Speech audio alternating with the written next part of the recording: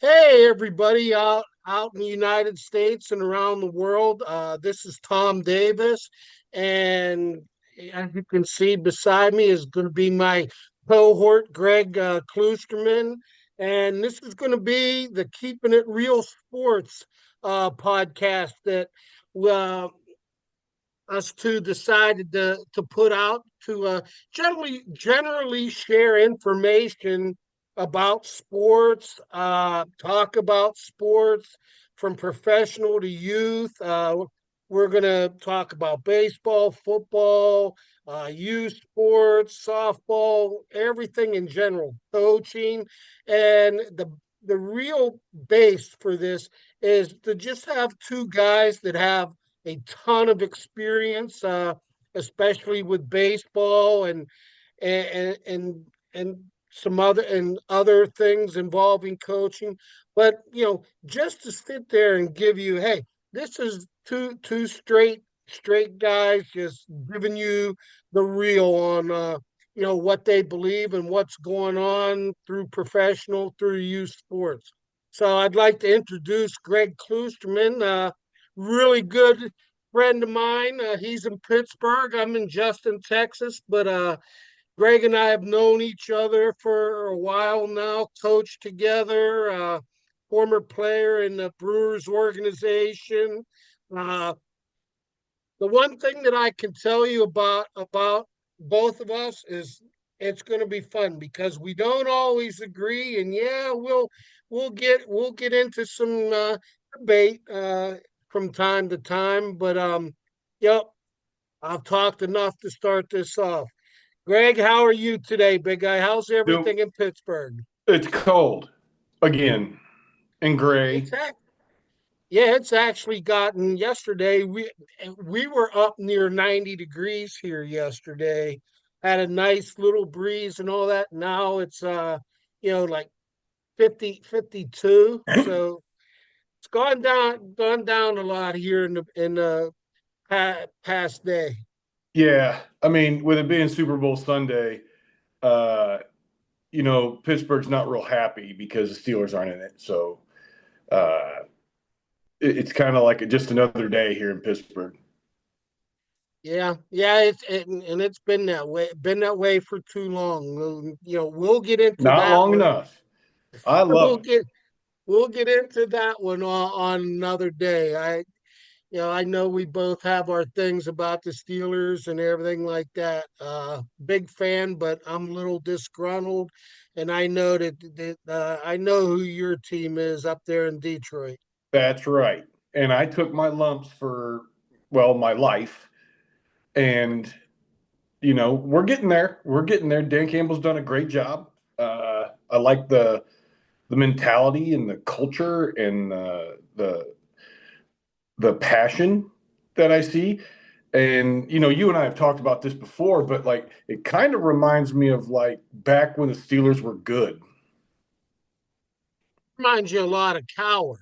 He's learning, Exactly. and hey, but I will say one thing, and this is what I really respect about his players respect the culture and everything he's asked them to do being up there.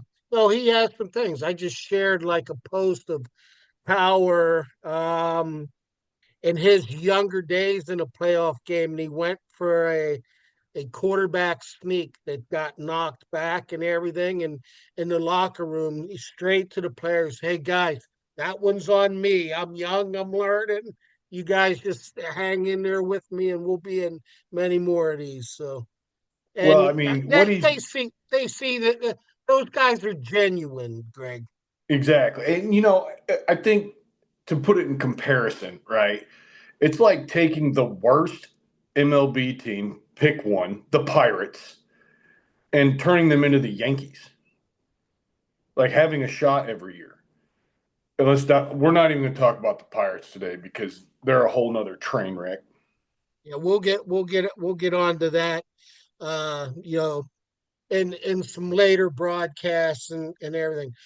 What we wanted to talk about today, and since it is Super Bowl Sunday, we'll go over our thoughts on the game and everything between the Chiefs and the Eagles, and then we want to talk a little bit about the Hall of Fames. Let's throw football in there too, and how they go about, uh, determining who's going in and everything like that. I'm sure that I'll be sitting there listening to you and your baseball writers, and I feel the same. I feel the same with you. And then last but not least, we're going to talk about I'm 61, Greg's you're 42, Yeah, it is correct. and just talk about some of the differences when we were playing and how things are now, maybe professionally going down through youth sports and what we're teaching our youngsters and everything like that. So without any further ado, hey man, let's talk about it. It's Super Bowl Sunday. I'm ready for the commercials. Who do you like? I got to go NFC. I have to. And as much as it pains me, I want Philly Why? because I now you're gonna trap me here, and you know what See, I'm you gonna got say. you got to get specific now. All right, so I'm ready to see how many blatant, I mean blatant, penalties are called on the Eagles tonight. They're not even going to be close to penalties. Somebody sneezed on Patrick Mahomes 15 yards. I if I see that, I'm turning the game off. Yeah, I know that you've been one. I mean, I think that a It's lot of them unbelievable. are a lot of them are crazy. I mean, here's the thing with that. I mean, it's you know everybody has their opinion on it, but so many people have brought it up that it's gotten to the league and to the officials to where they're commenting about it and everything. I mean, I saw Roger Goodell talking about it. I saw the head of the NFL officials and all that commenting on it. So I mean, it has hit a sore spot with them. And while they say, oh, there's no favoritism, and that, it's just like I said, when we were playing, I mean, gambling, anything that had to do with it was a straight no no. And now, I mean, you have DraftKings and FanDuel. They're the two biggest sponsors of all professional sports. So I Well, mean, it's kind of hypocritical, I think. it's completely hypocritical. You trust me. There's a secret world that we don't know of, right? Where they're going to control the outcome of how things go, plain and simple. It's why Vegas does so well. You ever want to really know how? I always said the best bet is to bet on Vegas Sure. for bet on Vegas to win money. And It, if you really get into it and you follow it and you look at the lines and everything like that, it's like when you go to the casino. Guess what? They're going to have them just close enough to where you go against them, and Vegas is going to make money. The yep. people that run all these things, man, it's uh, you're talking $100 billion industries. Oh yeah. But no, I for tonight, I'm probably most excited about the commercials. I haven't really looked into it. Who's doing the halftime show? Kendrick Lamar. Well, then I still don't care. So it's going to be, yeah, I'll probably just be eating food and checking the commercials. I hear you. I mean, I'm going to delve into the game a little bit. Oh, what do you want to talk about? Jalen Hurts, Saquon Barkley, though. Hold up, I want to see him torch the Chiefs. That'd be great for me. He put up 250 tonight. That'd be awesome.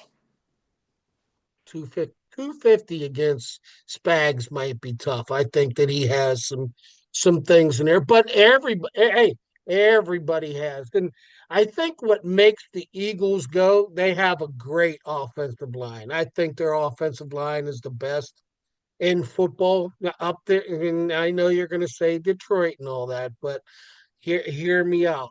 Um, Philadelphia has so much talent. I mean, they have AJ Brown, they have Smalls, the tight end and everything, and Jalen Jalen. Hurts.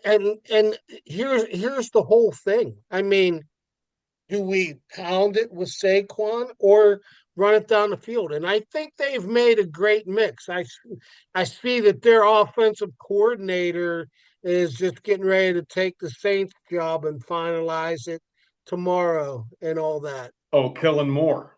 Yeah, Kellen, I just saw it before coming on to do this with you. And I think the Chiefs have a great head coach. I respect Andy Reid a No ton. doubt about that. I think he's the best schematical coach that there is in there. His offensive schemes and how he does stuff is great. And he has the guy at quarterback to sit there and pull it off. The kid, I'm telling you one thing, the kid just does not let stuff bother him. And I know you're going to say, well, the refs come into Come that. on. He doesn't get touched. He's the only quarterback in the NFL that's never been sore. Okay, and I hear you, but I'm going to tell you one thing: the kid wins. Oh, who wouldn't? I mean, he's not bad. I'm not saying that he's terrible. I'm saying he's not bad. But the favoritism is ridiculous. I mean, he gets somebody even thinks about hitting him penalty. And, you know, they have some weapons, but overall, if it's a straight game, Philly should blow them out. Okay, I hear you. I'm just and what I was going to go into is I really, really think that Philadelphia, if you go 53 man roster that's right there, Philadelphia has the better players all around and everything like that. It's going to come down. There's going to be turnovers. It's going to be a close game. I mean, I don't see it being a blowout either way. I think Philly's offensive line and their defensive line, they don't have to blitz, and they'll mix up coverages and everything like that on him. It's just going to be turnovers and probably stupid mistakes and everything like that. And as you say, maybe a call Penalties. here, or there. But I'm looking forward to the game. Being a Steeler fan that I am, every time somebody's doing something that breaks what they did in the '70s and everything like that, it's kind of hard. But I'll tell you one thing. I mean, uh, I I think I am even rooting for them to three-peat because I like Andy Reid, and I know Sirianni is actually a Pittsburgh guy and everything like that. And I got a ton of respect for him. Well, I mean, we we've talked about this in the past, but I'm going to tell you right now, it's if anything, if Philly takes the I would say early 2000s Steeler defense perspective, and like James Harrison, love that guy, right? If you're going to get a penalty, make it worth it. Yeah, we've talked about this a lot. Okay, and I hope It's Philly gonna it's does. it's gonna come into play. If not, even this game, I'm gonna tell you what, the you can only go so much, and there's going to be an organization. This is almost like, to me, can set up a bounty gate. Hey, you know what? There I you agree. go. Hey, don't pull off the hit. If you're gonna get the flag and get the fine, man, bury him through the Plant turf. him. Yep, exactly. Plant a tree. Yep. And Same thing with receivers coming over the middle. Don't pull off of the hit. Don't go low. Go now high I'm and gonna take bring them up up. Ryan. I'm gonna say Ryan Clark. I mean, Ryan Clark made people pay for coming across the middle, and Sure, it it, it, man. You go back. it needs to happen. How many reels like on social media could we go? I watch them every day of back in the day of Atkinson, Jack Tatum, Mel Blunt, Donnie Shell, Ronnie Lott, uh Ed Reed, Brian Dawkins, Atwater, all these guys. I'm going to tell you what Sean Taylor. They did John not. Lynch, Yep, they put their mission was, and all of them tell you, you know what? The middle of the field is ours. And if you're coming across the middle, you're going to get lit up. You tell your quarterback he better get you the ball to where, you don't lead you into me. And I oh, think so many of these quarterbacks do that now and get away with it because they know they're getting a penalty. well, exactly. So if you're going to get the penalty, make it worth it. Sure. That's what I think. Yep. And that's why you like James Harrison. He got so sick of it the one year. He was like this. He was like, "That's okay. I'll play for free. I'm not changing the way. I don't play dirty. I play hard in the way the game is supposed to be played." Well, I mean, what I love about James Harrison, he might be my favorite football player, right? And that's tough because I'm a Lions fan, and Barry is like a god in Detroit. Uh, the reason I love James Harrison is because he epitomized what scaring the living piss out of somebody is.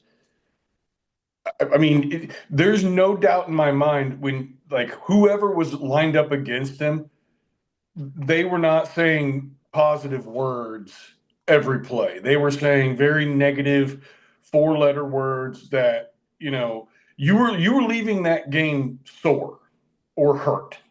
Oh, James came to play. Yeah, And uh and he looked the part too. Have he you ever scared the seen crap Have out you of ever me. seen James in person? I've not. Big guy, I'm going to tell you what. We walked into a restaurant up in Wexford, and he was there. Now you know me, and you. We have pretty wide shoulders. We're and everything.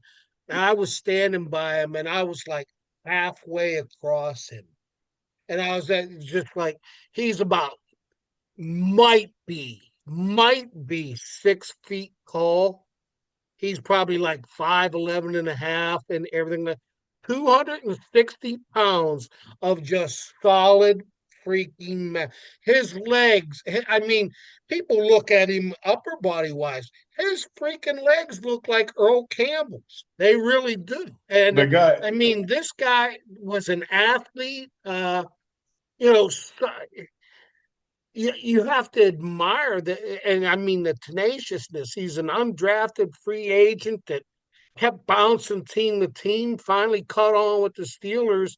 Joey Porter gets kicked out of a game before the Cleveland game, before the game, and they're like, "Hey, who do we got?" And they're like, "We got James Harrison." And the next thing you know, there you go. They're like, it goes back a little bit because the whole Coward thing. You've seen him on the sidelines. The Greg Lloyd, Kevin Green rushed the passer, and it's the same message went out to James Harrison that game. Big guy, rush the passer. That's all. well, You're not going to cover. We're going to rush you. here's the thing too, okay? And I you had probably, in my opinion, the best defensive coordinator in Dick LeBeau. Uh, he knew how to draft. Number one, he knew what their style was, what they're going to be, what their identity was, how they're going to do it, and Yeah, I mean that was really impressive to watch. Because I had to watch good football at that time because we were usually going 0 and 16. But um, it was really, really impressive, if you will. You used to love Thanksgiving Day because that would be the day that you'd really come out to play, huh? Oh, well, yes. I mean, it is a tradition, but hey, my hat's off to Dan Campbell and his staff and that team. They've got a lot of defensive injuries this year. Shout out to my boy Aiden Hutchinson from the University of Michigan. That's a heck of a rebound that he's done. But I mean, what can you say? I mean, they did a great job, and really excited for next year. There you go. Well, here's my final prediction on the game today. I have Chiefs 27-24, and that's my prediction. I know you're going to go Oppo. Yes, I am. Just because my Super Bowl blocks are different, I have to end in 4 and 6. So 26-14 birds. There you go. Well, big guy, hey, so let's get into something that's really gonna get you aggravated now, and let's talk Listen, about the baseball writers of America and the Baseball Hall of Fame. I'll uh, let you start out and give me your thoughts on it. absolutely. Who is the stupid SOB that did not vote for Ichiro? Uh, you know, Like, time out. There's a guy that didn't vote for Griffey. There was a guy that didn't vote for Jeter. I don't know who you are, but you're a POS. Okay? Listen, I think all the writers have never played a game of baseball in their life. Let the players do it. Trust me, we all know who's good and who should be and who shouldn't be. It's very simple. I mean, I could get voted into the worst minor league player of all time. I lost more games than anybody in one season. I think there's one other guy that tied me though. I have to look into that. I went 4-19. But what I'm saying is you're letting some 5'2" nerd with a pen and a computer vote on who's being the best baseball players in America, and it's their opinion. No, no, no, and more no. Stick to doing what you do. Put a blog up, do your thing, give us your opinion, but you shouldn't be right. You shouldn't be voting on who the best players in the game are. I mean, remember one thing: these players, they have like the writers in their hometowns and all that. And I've seen it so much with the Steelers and the players that they have go in the Hall of Fame. And what they do is they create a thing for everybody, a presentation on the player. I mean, who after seeing Ichiro is like, wow, I don't think he's one of the best of all time to sit there and play. I mean, my man had 3,000 hits in the major leagues and didn't play 8 seasons that he played in Japan. Exactly. I mean, I don't know. I mean, his arm from the outfield is probably, I put him in the category of like Vlad, Ichiro. Um, who's that guy from Oakland that absolutely hosed a guy at first base from left field? Uh, he used to play for the Pirates. Jose Guillen. Him? No, there's another guy from Oakland. I can't think of his name right now, but Well, you're not putting him up with the best arm of all time, my man. you okay? Listen, I know I'm going to catch a lot of grief for this, okay? But if you're going to Don't tell go, me Roberto don't go, Clemente is the don't best go, arm, don't go there. it ain't Roberto Clemente. Oh yeah, it is No, it by ain't. far. It's what the MLB it's what the MLB outfield arm evaluation is based on, and they've never had a player that has posted Clemente's 29.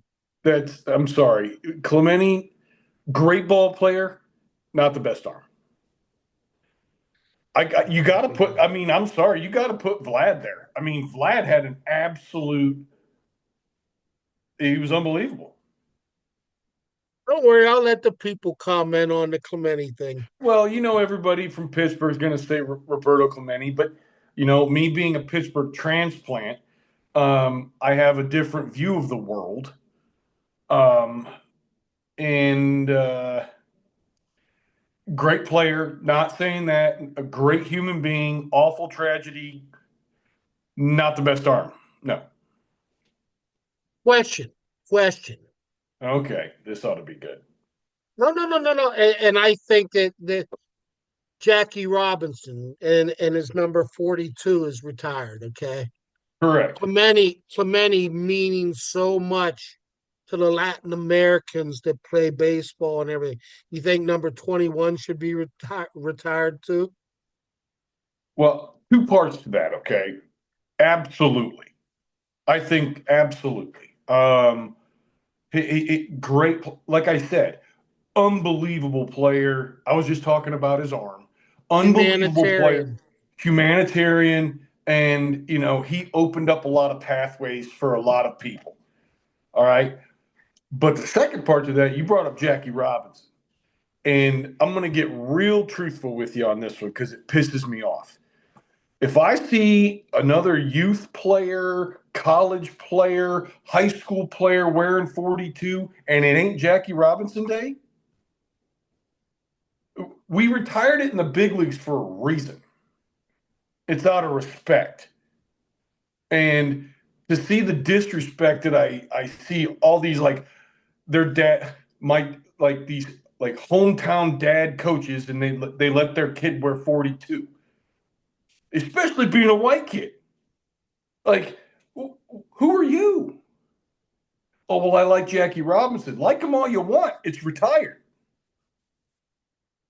I can see your point. But I mean, the disrespect for the game and the players and you can have your opinions, and we talk about this all the time too.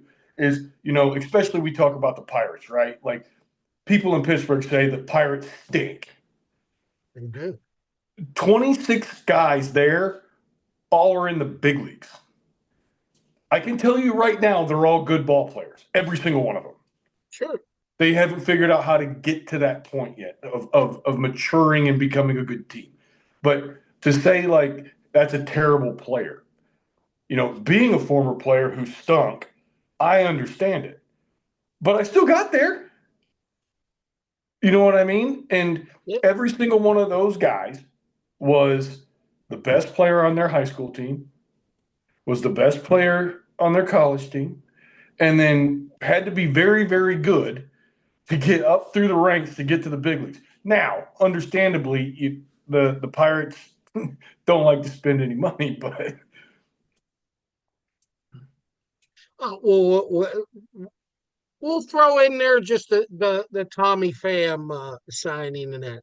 You sign a 37-year-old guy. He's on his ninth or 10th team in the last 4 or 5 years. Now, the 27-year-old Tommy Pham, I really liked and everything. But I mean, this guy's had issues. He's had fights and everything else. Don't tell me you're bringing him in to be a leader and everything else like that. He's shown that he's he's a detriment a little bit in the locker room, big guy, until he proves otherwise. He's not a coach. Let's put it that way. He's not a Andrew McCutcheon. well, I Okay, mean, Andrew McCutcheon is about as high a class as you can be, man. He's such a sure. great guy, and what he's done for Pittsburgh. I worked a camp with him one time, and it was his camp, and he made sure he spoke to every single kid. He Sure. wasn't there for 15 minutes. He was there for 2.5 hours. And I have nothing but great things to say about Andrew McCutcheon. Tommy Pham, I think the proof is in the pudding, right? Like everybody deserves a 10th chance. Uh, and now, I mean, he's hit the bottom of the barrel. He's with the Pirates. So, I mean, it's one more night, one more day in the sun, I guess. Yeah, yeah. Okay. Hey, I hear you. I mean, uh, Everybody's there. Okay, so getting back on the Hall of Fame. You and I both agree. The writer, there should be no way. The Hall of Fame committee or the baseball players themselves who know the game, know the players, they know everything. That believe me, they know everything inside out. That's who should elect you, in my opinion, to the Hall of Fame. NFL wise, NBA wise, you know, everything. The former players that are there and who are eligible to vote or and alive to vote, I'm sorry, they should be the people that determine, hey, you were great enough to be part of where we are right now. It, thoughts on that, G? No, I think you're completely accurate. It is a now, mind you, I played during the steroid era, okay, and it was during a time when Major League Baseball needed steroids more than they needed money. Uh, we just come off a strike. No one was watching baseball. You Yeah, know, we pissed everybody off. You're correct. exactly right. And What was then that? That was a 7.5 month strike to where we canceled the World Series. correct. And then you had Sammy Sosa and Mark McGuire. And those two, I mean, I'm not going to say neither here nor there, but they were hitting baseballs forever far. I mean, they were not close to being like in the realm of normal home runs. And it was so exciting. It was everything baseball needed. And then baseball shit all over them. And that's kind of the thing that I don't like about professional sports is you know those two guys saved baseball, saved it. And it sort of goes back to the Lord giveth and the Lord taketh away, and Well, everything like that. I mean, everything is great. I mean, when big guy when they were chasing the home run thing, I I mean, I was sitting there. Yeah, there wasn't a game to where I wasn't watching, or I had ESPN. I don't even watch ESPN hardly anymore because I nope. can't take how they do things and everything like that. But I'm going to tell you what, it was like gotta see Sports Center to see what Sammy and Mark and let's throw it all out there. Raffy Palmero, all of them, all of Well, them. Roger Clemens on the mound. So many. A Rod, Barry Bonds. I mean, you look at all these guys, and they, if you want my honest opinion, uh, those guys saved baseball. They did, and they made it fun again. They made it exciting. They made it what the game's supposed to be. And Major League Baseball now is trying to retract every. Uh, so I'm not a fan of Major League Baseball, just so you know. I don't like them. But You and I have we've seen the light and the dark of it, and there is a heck of a dark. And oh well, I saw an article today that not Bud Selig, Manfred's looking at a salary cap. yeah, I shared that the other day, and 2 days ago in a post to where he came out. He's like, we need to start, looking at. Um, I knew that this was coming from the standpoint that what, and as well as I do, there's nobody worth $60 million a year to play. Is the market out there, and is somebody willing to pay it? I know where you're going with this, but let's put it this way: I played and all that The first $1 million player was there. I can remember calling my mom, G, and saying, Mom, there's a baseball player that makes $1 million a year. And now that's just that's a little under 200,000 from league minimum right now. Well, exactly. And so I'm going to give you my opinion on that. And I apologize to anybody who watches this that differs with it, but I could care less. But you remember that movie Wolf of Wall Street? Sure. You remember when Jordan Belfort or Leonardo DiCaprio had that little, he was teaching his guys how to sell, and he had this guy on the line, and he was just giving him like a big, thick line of crap and Sure. basically telling him he's gonna stick it to him. I'm so happy Juan Soto got the money that he got. I love it every single time somebody, bends over a major league team and gets money. I love it because at the end of the day, they deserve it because people don't know this, but there's a time in most baseball players' lives in the professional realm where they treat you like a piece of crap, right? And I've seen it all too many times where the clubby, hey, so and so needs to talk to you, and then you see him go, and then all of a sudden the clubby's putting a black trash bag in his locker. So it's kind of like, well, if you're allowed to do that, then I'm really happy for the guys that just say, Juan Soto's going to get paid $765 million if he never plays again. Sure. And I love it. He could go out, he could be coming in the spring training, big guy, step out of He could the look like the Bartolo ride he's Colon. coming in and get hit by a car, and guess what? His family's taken care of.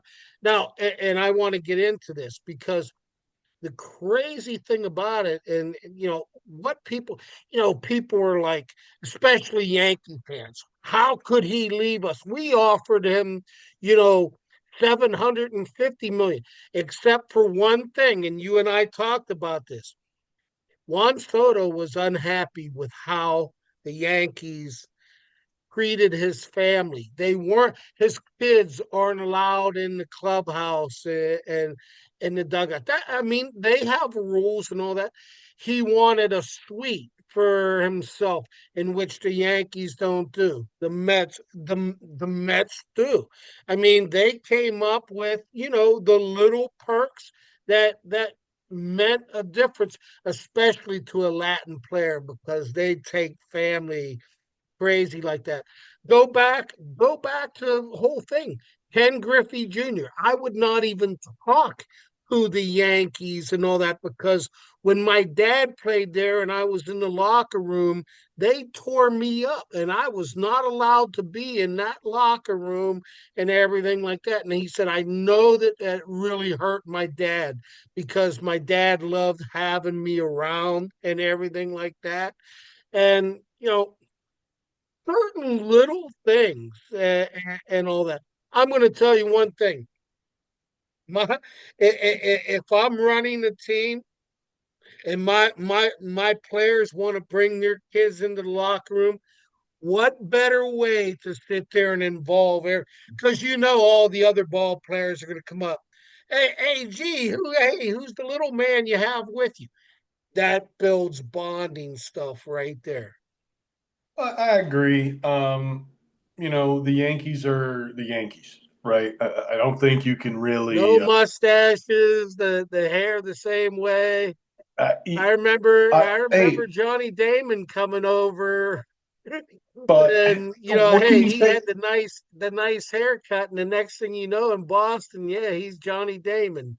Yeah, but what can you say though? I mean, they have a culture, right? And that's their culture. And like we said about the Steelers, and there's other programs around uh, sports that I think it's their culture. That's the way they are, and I respect that. Um, You And know, that's they great because the next segment we get into with the baseball players and the eras and the differences and all that, we're going to talk about that culture thing because you and I are big culture guys. I am, and it's I'm we could just jump into it now. You know, we bring up culture, right? And you see, if I had to just bring up a big league team, you got the Yankees, you have the Braves, you have the Dodgers, you have the Red Sox. There's nostalgia, there's culture, there's what you're supposed to be. There's expect. When you come in to talk to those teams, that all gets talked about, right? What it means to be a Yankee, a Red Correct. Sox, a Dodger, bleeding Dodger blue, everything. I mean, I honestly think he was the greatest ambassador at the time for baseball. Tommy Lasorda, man. You Unbelievable. you He couldn't called my talk to him, name. huh? He's the one that called my name. It Yeah, was the most deflating moment, but exciting moment. So back when I got drafted, it was over the radio. Remember that? sure. And Tommy Lasorda was just uh, numbered, I think I was like 270, 280, something like that. Yeah, Greg now Kloosterman. hold up. See that 19 years that I have on you, I don't even think we were radio material, but it came in on the across the wire or They had something to like bring it on a horse and buggy. sure.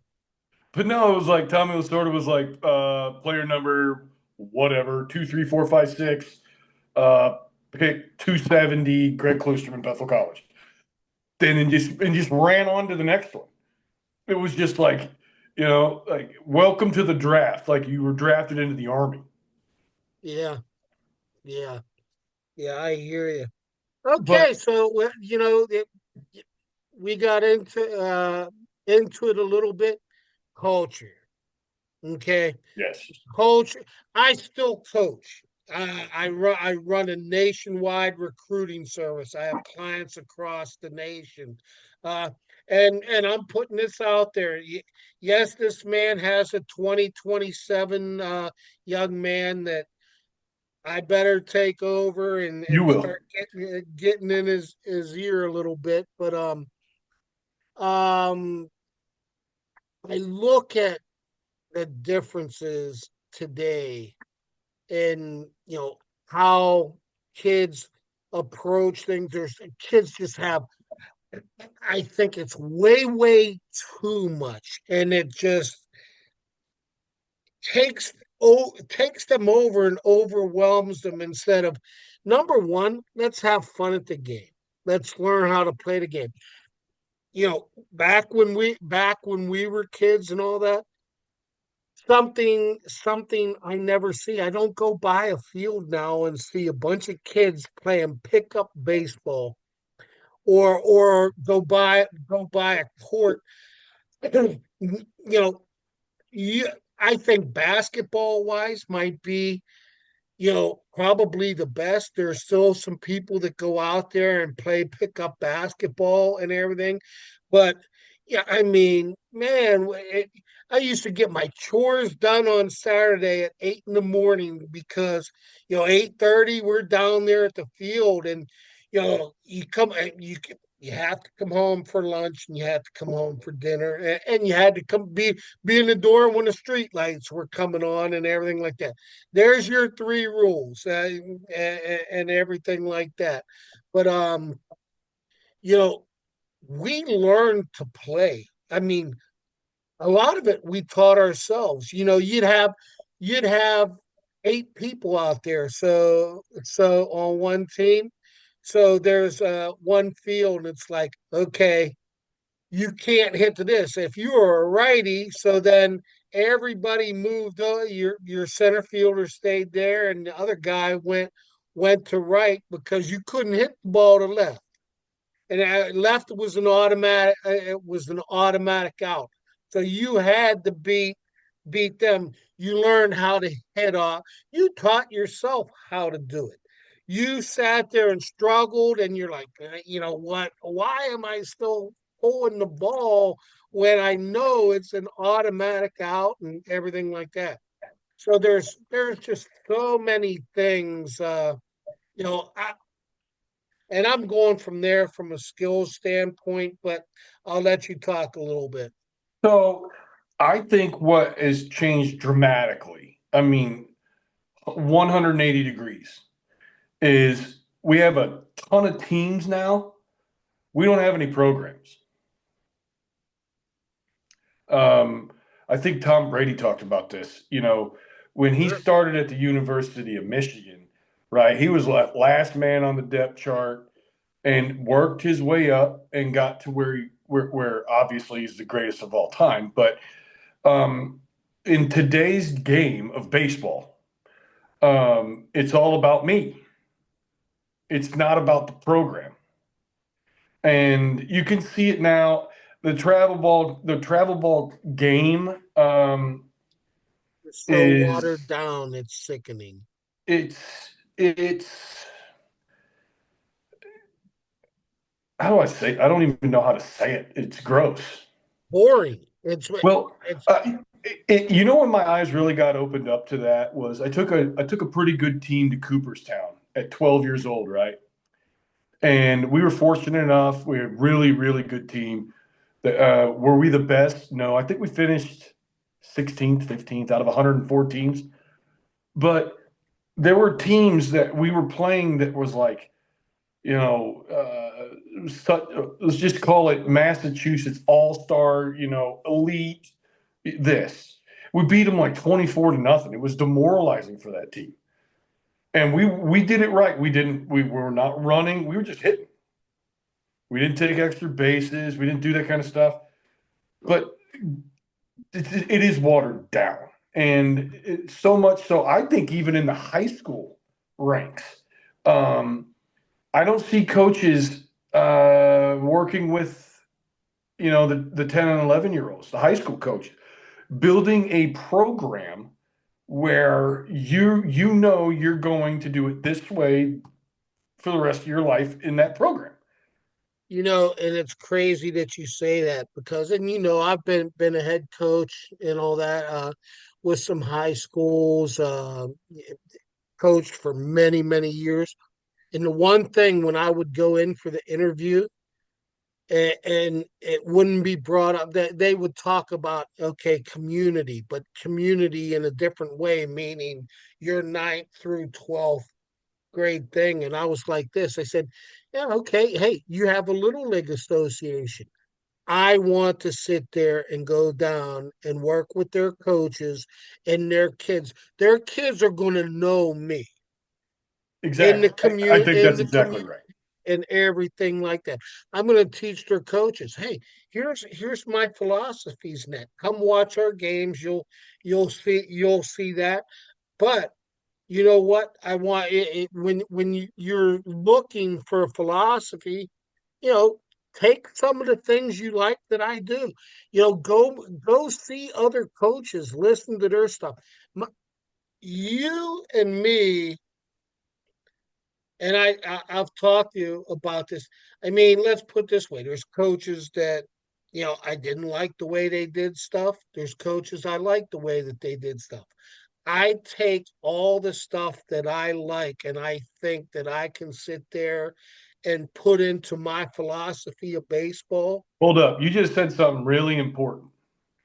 And if you really want to know, like another part of this culture thing is, um, I had good coaches. I had coaches I didn't like. I'm not going to call them bad, but they. I didn't mix with them. But no matter what they told me to do, I did it. They were I mean, coached. They were that's the not the way coach. it is today, though. Now people complain and they cry to mom or the boosters or this and that, and everybody's got to have a say in something. And I'm going to be honest with you. This generation of baseball players needs to shut the you know what up. And coach tells you to run until you puke, run until you puke. There you go. It's done. It's very simple. And the discipline. the base. Let's not even go into baseball IQ because I watch all these like story programs on YouTube of like these are the best players. They stink. Like if you were to bring them into a program, they're going to think it's all about me and look how good I am. Be like, no, I need you to hit the ball to right field. I need you to advance the runner. I need you to blow up a double play. Oh, don't go there. Don't get started on that because I know we talk about it and Uh, the changing of the rules and everything like that. Number one, I, I totally agree with you. We've created a soft, simple society they're dumb. In terms of baseball IQ, they're dumb. through stuff. Yeah, I mean, in all seriousness, you don't know the game, you don't know the situations. Sitting there talking to kids, and like I said, I mean, I still coach. I'm going to tell you what. I mean, stuff that we used to know because we went out and did it, and it's like, okay, this is what we had to do at a young age.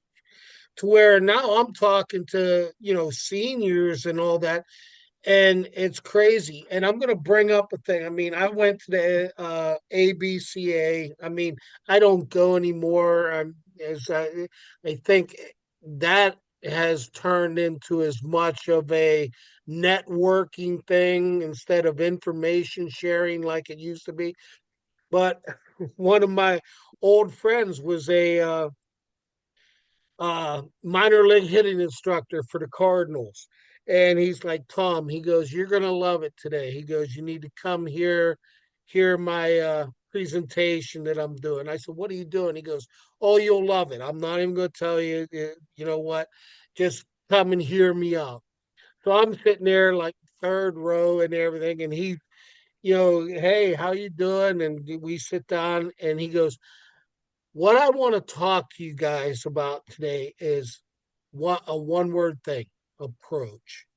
And he was like this. He goes, he started asking coaches and they started talking about everything that has nothing to do with an approach to hitting and everything like that. And it's hey, we teach them this with their swing, and that swing has nothing to do with it. Your approach is okay. You know that, and I know where your approach starts. When you're not on deck, but you're in the hole and you're thinking about everything that can come up into when you're coming up and what you need to do and everything like that. Uh, who's on the mound, what they're going to try to get you out with, what they're going to try to get ahead of you with, and everything with with runners here, with runners there, so that when you leave the on deck circle, when you're coming up, it's like, okay, let me get into my what I've all put through my mind and everything like that, so I can relax and hit. So he actually said he's like, you know something? He said, approach has everything to do with knowing everything that's going on with your at bat at that time. So your approach varies from, you know, here, there, and everywhere. To where now the approach is, let me pull the ball, let me hit the ball over the fence. That's what their approach is and everything. But he was like, I will tell you this. He goes, I do the Cardinals rookie ball through high A ball. And he said, I bring these kids in at first. And he said, okay, hey, tell me about your approach. He's like 85% of the kids that I talk to have no idea what I'm even talking about when I say this is my approach. And I had a youngster and at Mars and at WVU who was just the seventh kid taken in the draft, JJ Weatherholt. I am going to tell you one thing. never once thought about changing his swing, changing anything he did. Everything that we always talked about was JJ, your approach to this at bat, your approach to that, and everything else. And I'm going to tell you what, kid, you know as well as I did, kid can flat out rake at the plate. Oh, absolutely. And I think, I was a, all American in the outfield in college and a left-handed hitter, right? And I remember all we did was situational hitting. The question was never like in as a left-handed hitter, I'm still trying You to find. and you went through batting practice Oh yeah, going situational hitting. yep, absolutely. And the idea was, as a left-handed hitter, there's really no time, place, event of where I'm going to hit the ball to left field. The only question was, do I hit the ball on the ground or do I hit the ball in the air? Right? Because if I got a guy on third, less than 2 outs, and put the ball on the ground or put it in the air, doesn't matter. Or I'm looking to drive runs in. That's what I'm trying to do. And it was. I'm not smart by any means. I'll tell you that. But I did understand what it meant for if we had 2 outs or less than 2 outs. It's one of the two. And you know, it's mind boggling. It's it makes me angry actually that kids are more interested in what kind of oven mitt they're going to put in their back pocket when they're playing the outfield than understanding situational baseball and what needs to be done. You got a guy on second, less than 2 outs. What's the score? I don't know.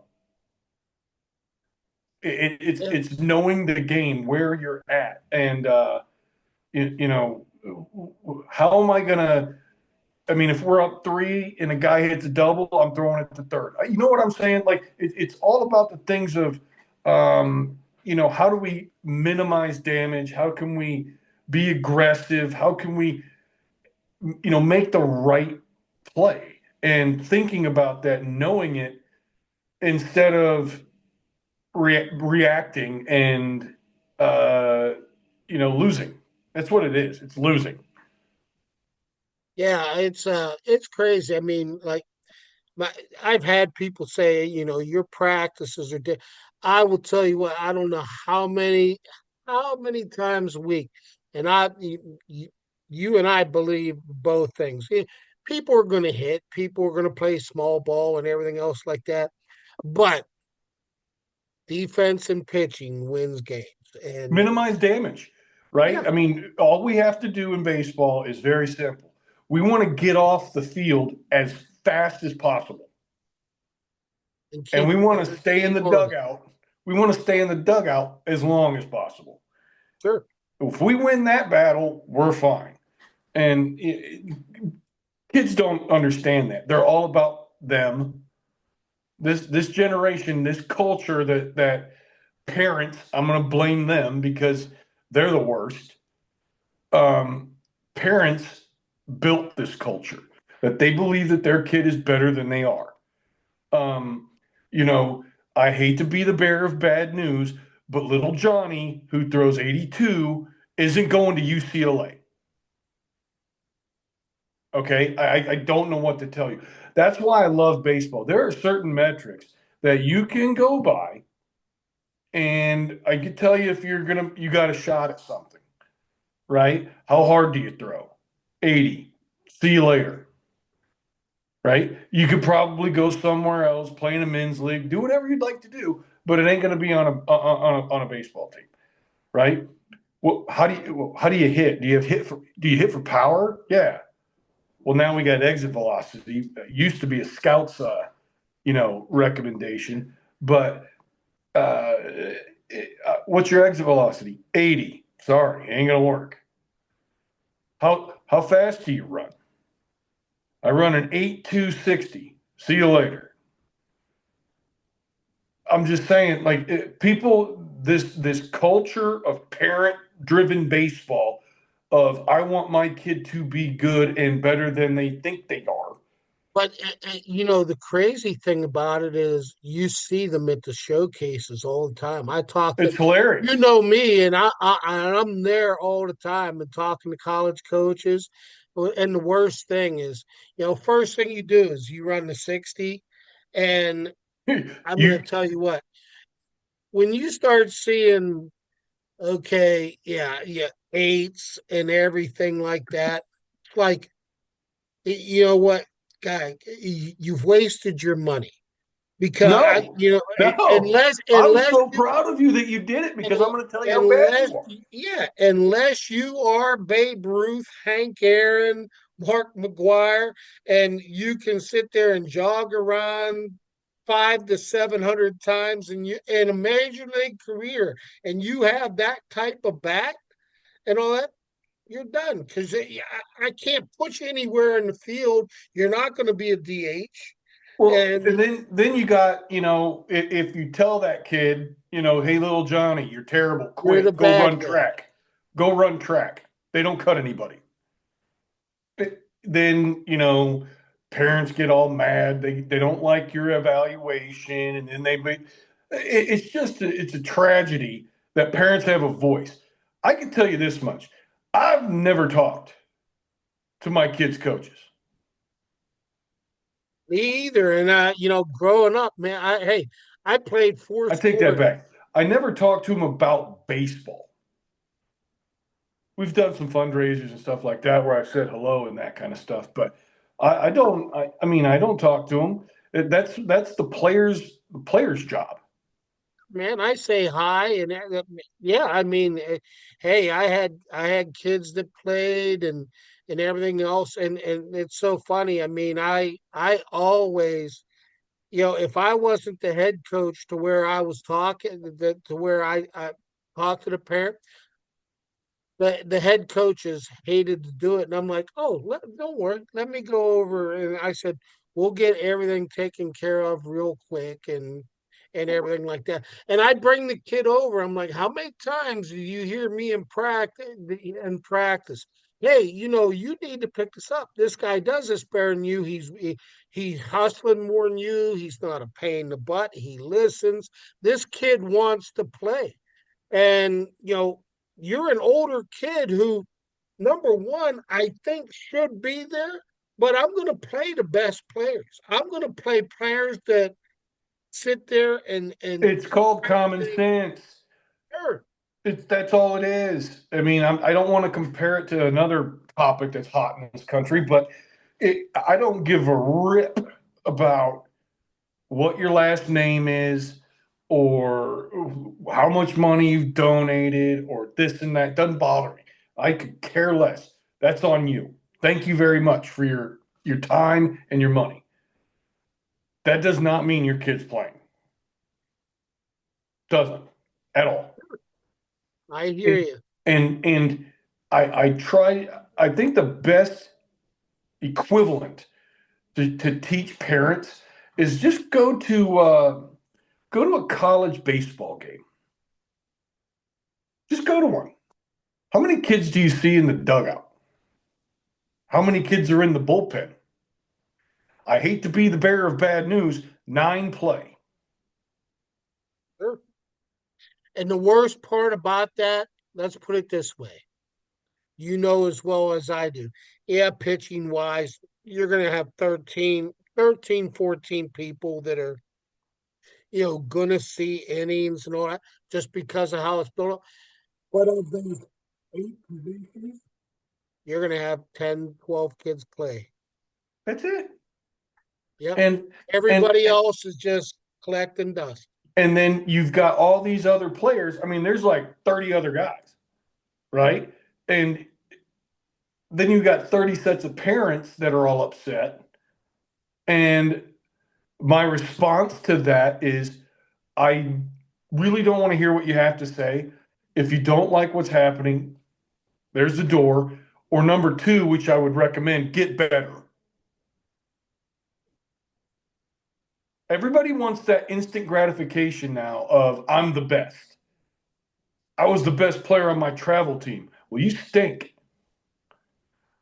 Your What did the travel Blue Browns say? your travel team is in LSU now, big guy.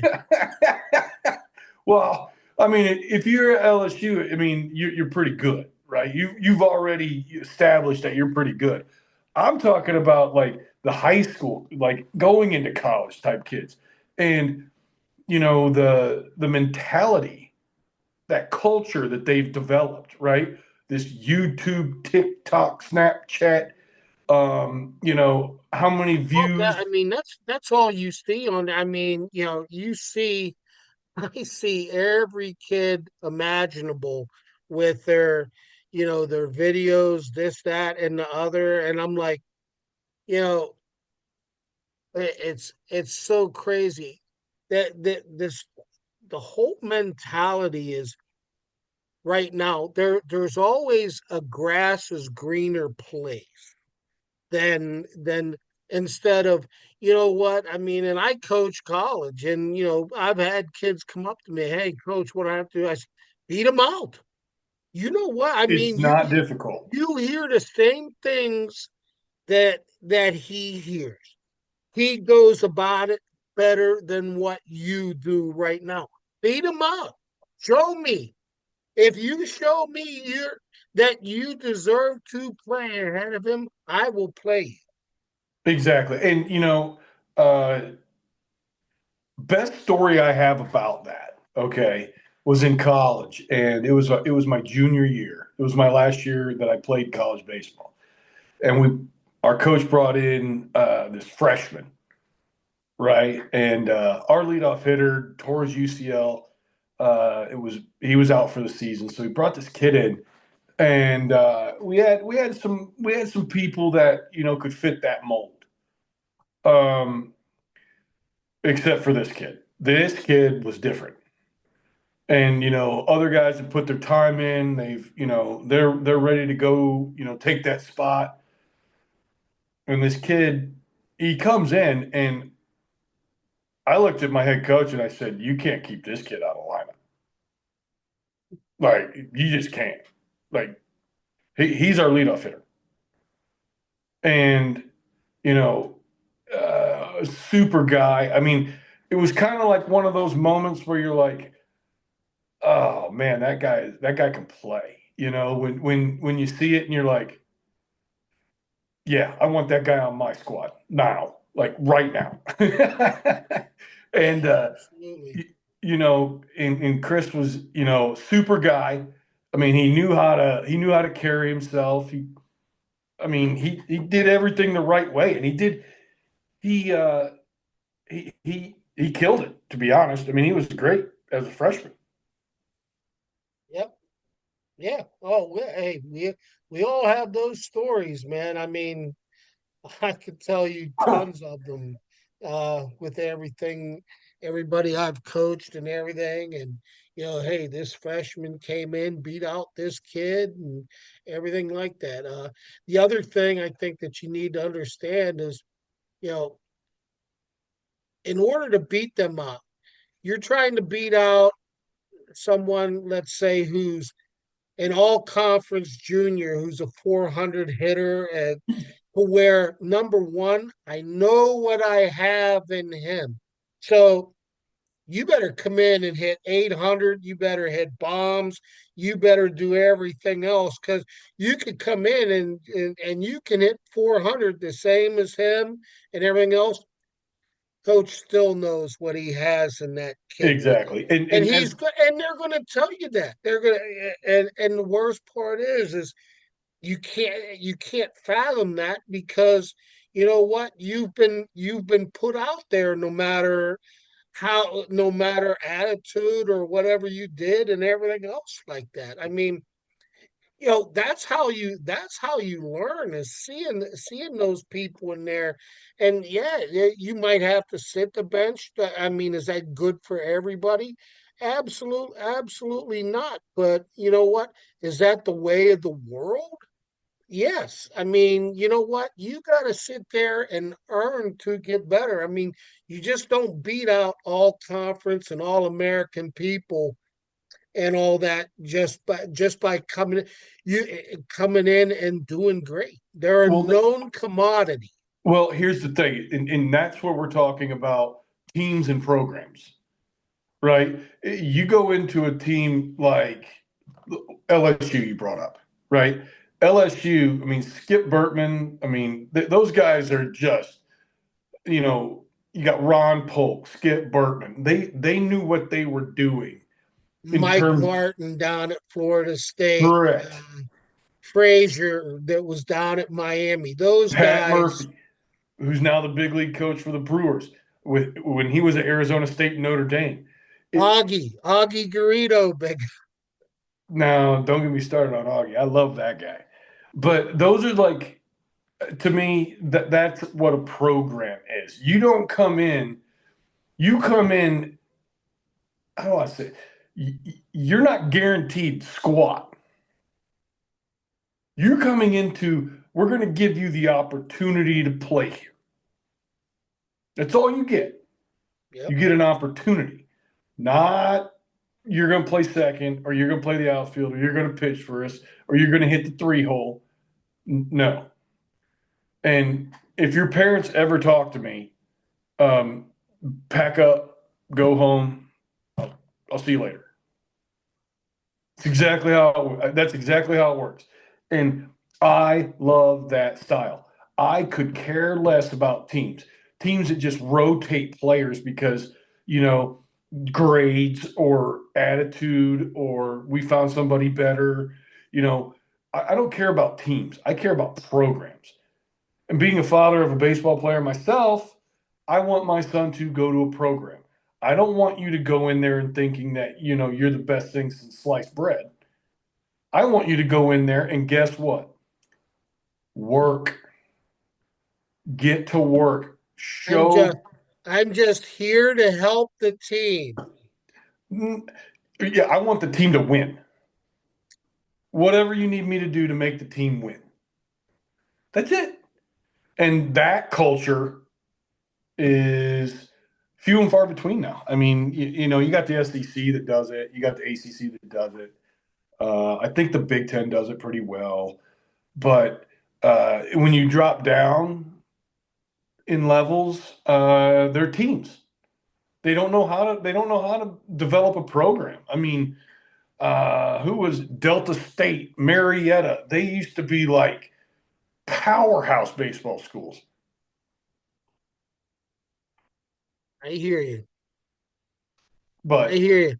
That's something for another day. Which I mean, and I hear that because of we'll get into it probably our next time because I'm gonna just talk to you because I just shared that post and I've been telling you for the past 5, 6 years about the Power Four leaving and everything, and it just came up, guys. We're a year away. Next year could be the year that the NCAA will have nothing to do. The Power Four will be gone, and the NCAA will comprise of all those, mid majors, lower D1s, D2, D3, and going back to that. But we'll get into that a little bit later. But man, you know what? I'm glad that I had the opportunity. We're going to have many more of these. I'm looking forward to sitting there and discussing and just putting it out there real. I mean, there's going to be no edits on keeping it real sports with me and you, and hopefully, some people, take some time and watch, and if you have any questions and all that, I'm going to put up ways for you to DM us and message us, and we'd love to hear from you, thoughts and ideas. But hey, thanks, big guy. I enjoyed our first little episode here. it, Tommy, the pleasure's all mine. And to be honest, I really want to hear feedback from, you know, anybody, to be honest, and you shoot your question. Sure, And let's debate it. Let me hear your thoughts. I mean, that's what it's all about. yeah, and the idea is I may come off a little crass sometimes. All right, I apologize, but I mean it in a nice way, or I don't. You'll know if I don't. Yep, yep. We're both a little more. I've mellowed out a little more than you. You're still in the youngster stage. I still got a little vinegar in me, no doubt about it. But the the last thing I'll say to you, and it gets me fired up, is I really would like to see uh, more programs, especially at the high school level, and then going into the college level, and that's where the Braves, the Yankees, the Red Sox, the Dodgers, those are programs. That's what we were talking about. So yeah, that's exactly what I'd like to see again. Awesome, big guy. Hey, I appreciate it. And, give us your feedback. We'd love to hear from everybody. And, for keeping it real sports, this is Tom and Greg. We're signing out right now.